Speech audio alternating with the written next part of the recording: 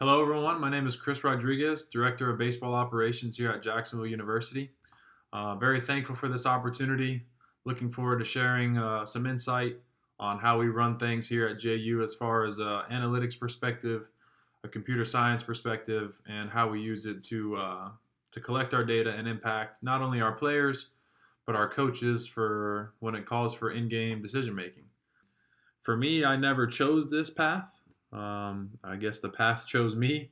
Um, but I felt like growing up as a young baseball player, I was a purist, an old school type of guy. And as I got older and older into college, there was such a high demand for people that are versed in baseball technology, not only running the technology, but being able to translate it and get guys to understand what it all means to ultimately get them better. So, one thing led to another, and here I am. I'm working with baseball technology every single day, and it's definitely a humbling job, but one that I take very seriously because I want to make sure guys have what they need to be successful, and I want to make sure that when they leave Jacksonville University, that they had every opportunity to maximize their college experience, whether that be winning a conference championship or getting an opportunity to play professional baseball. I wanted to make sure that I'm doing my job and that these guys are getting cutting edge information to make their experience the best possible. This right here is called the Sony RX10, and this is able to shoot slow motion video, as you can see here, up to 960 frames per second. And we'll take this out there during practice, and we'll have guys throw, and we're able to say, hey, look, frame by frame. I mean, you could see, whether this guy's using finger paint or not. And there you have it, ball coming out of the hand, right? And like I showed you in the last video, you could use that for critiquing and adding more movement on the pitches. And here you have a picture from the front view, and we're able to look at his body movement, his mechanics, and kind of show him, hey, this is where your arm is when your foot plants. Are we rotating enough? Are we getting the most on the ball? Are we able to maximize throwing velocity? Can we get the guy from 92 miles an hour to 96 miles an hour? And here we have a slow motion video kind of highlighting, the pitcher's throwing motion. These right here are cameras that actually pick up the baseball while it's in flight. So this is something totally separate from the slow motion video, but this is able to tell us how fast the ball is moving, how much the ball is spinning, how much the ball is moving, how hard the ball is hit off of the bat of a hitter, and tons more information, but that could be used for another time. So here's an example of what the data looks like after it's being shot on those cameras. So we have an interface that kind of tracks all the pitches, and then it gives us this information here. So as you can see, this is the velocity or the release speed, whether it was a ball or a strike. Made sure to highlight this man is throwing absolute flames over here. Made sure to put some emojis in there, fire emojis in the chat. You round that up, that's 97 miles an hour for a college pitcher. That's very elite for being a college guy. So we're very fortunate to have all this technology. And we also work with something that's called Baseball Cloud.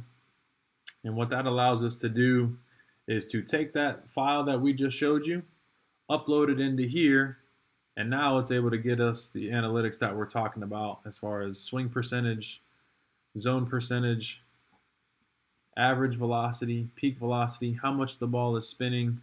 I mean, we can go on for days with this stuff, but here you have a pitch log of all of his fastballs. There's the fire emoji right there, 96.6, 97 miles an hour, right?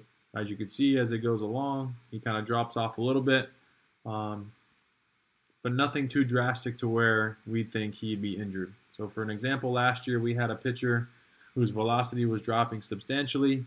I could see it in his body language that he wasn't healthy. We were able to use this and show him, hey, the velocity is significantly down. We need to go and get this pitcher right now before he furthers his injury. And luckily, there was nothing significant with his arm. He was able to rehab, come back, and throw at the end of the season. And he was a huge part of our championship run last year in the ASUN tournament. So as you can see here, they have the changeup, It's bugging on me right now. There you go. Change up velocity, right, and so on and so forth. Here you have the strike zone and where the pitches were in perspective to the strike zone. How high he releases, how far out in front he releases. Like I said, we can go on and on about this stuff, but once again, whatever your field is that is you're passionate about, whatever numbers that you deem to be important, those are the numbers that you guys need to pull and study, analyze, and see if you could implement that into your day-to-day functions and whatever it is you're trying to chase. I'm still getting used to this, if you can't tell. Ooh.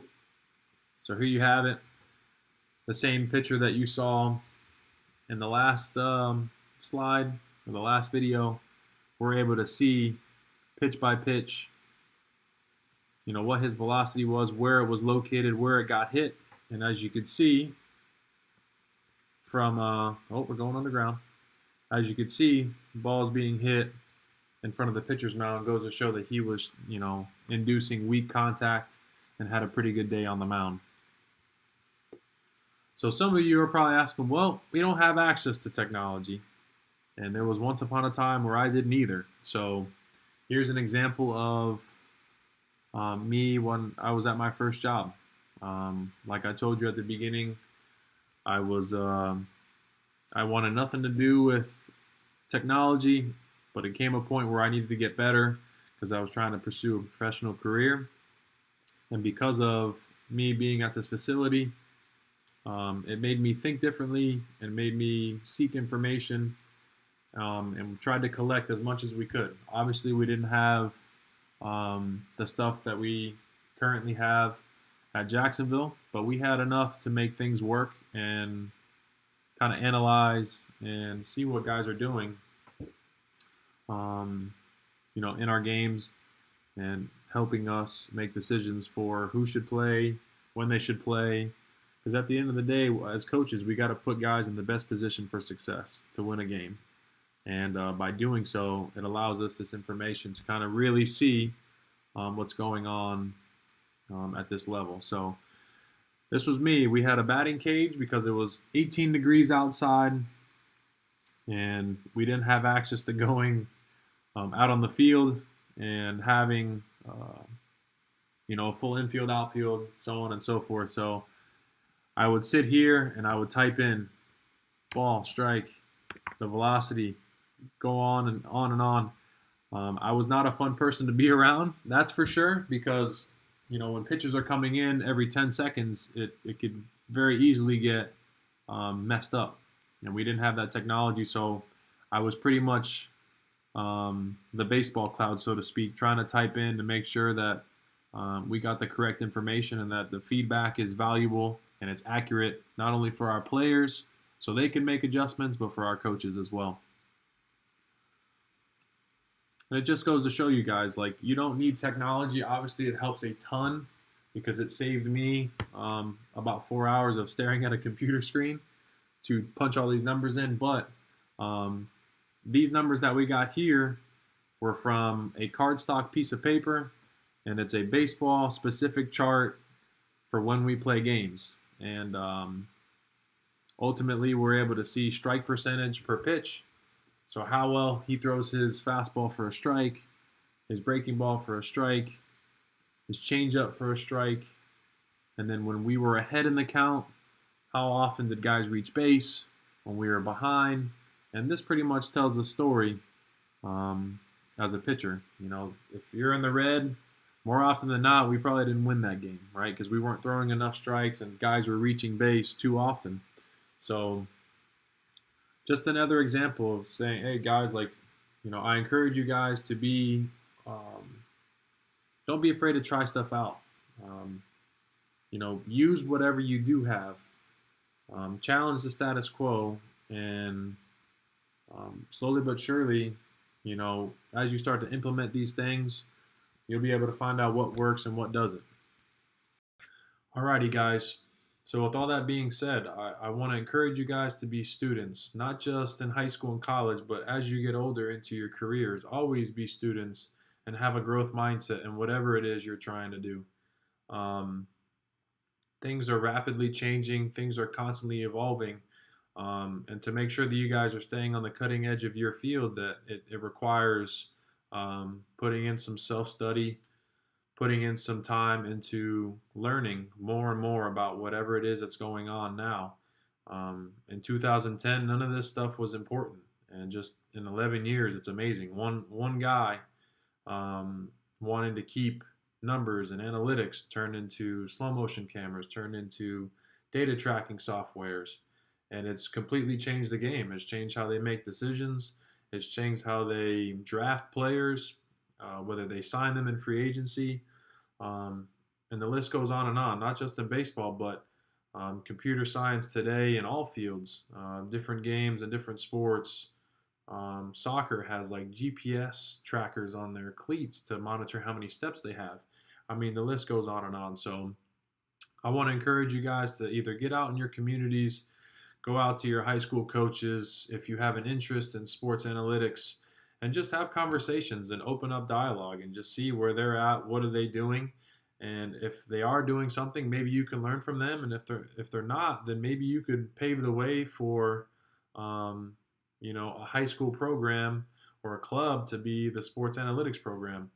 Um, Iowa does an extreme job with their student managers, and I remember 3, 4 years ago, it seemed like a lot of these guys that were blowing up on Twitter and a lot of guys that were challenging sports analytics were getting jobs with professional teams. Some of these guys didn't have any playing experience whatsoever in the game of baseball, but they were passionate about the game. Um, they went down the rabbit hole of sports analytics and how it could impact the game, and lo and behold, they're working at the highest level of the sport. So, with all that being said, I just want to say thank you for having me. It's been a privilege to do this. I wish you guys all the best of luck in your endeavors and careers, and I'll speak to um, someone with NAF to, maybe put my email. You guys could reach out with questions and we could connect. And who knows, maybe one of you guys could be a sports analytics person here at Jacksonville University. So God bless you guys, and you guys all be safe and have a happy holiday.